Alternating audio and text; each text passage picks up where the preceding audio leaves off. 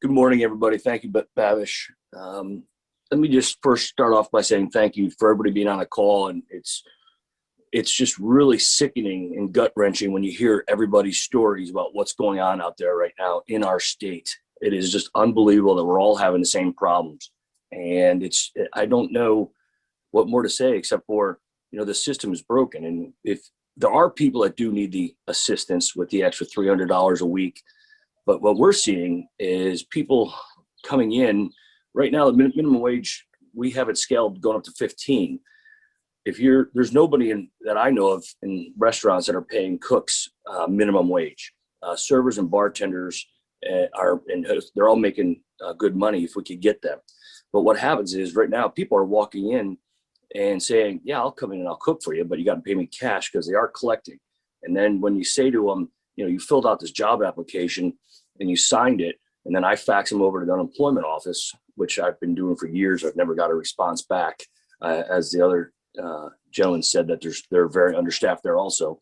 They kind of get scared a little bit, but then they just run out. They don't care. So, I mean, we need people, and everybody, we are not, technically they say that we're at 100%, but with 6-foot social distancing, we're nowhere near that. And most restaurants aren't even staffed to do 100%.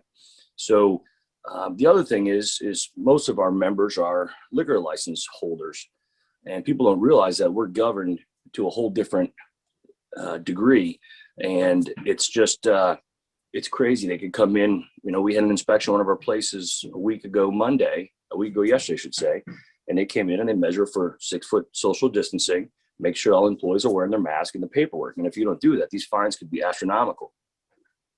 We need to get trade schools going. We need to get trade schools back. I think somebody else might have mentioned that a little while ago.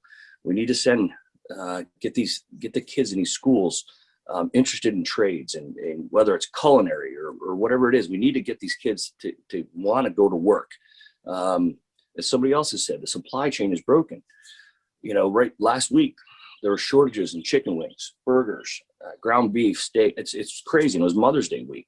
So we're all feeling the same pain. It's just amazing that we're living in these times. I just can't believe it. But if there was a way to freeze minimum wage, we're on a scale to go to $15 an hour.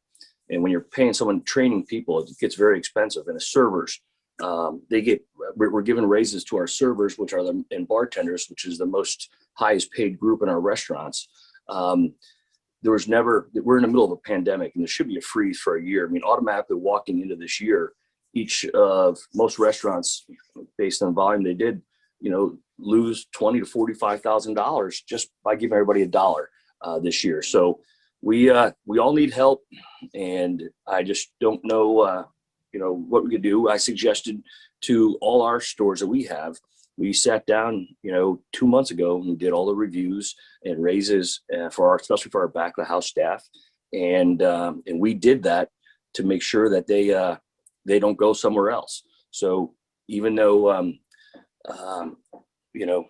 if I've offered to most of our elected officials to see the ADP reports on a confidentiality basis, to see, I have servers and bartenders making over $50 an hour with tips, because we have to put them on the credit on their paychecks, because they're making so much money. We don't have any cash to give them at the end of the day like they used to do years ago.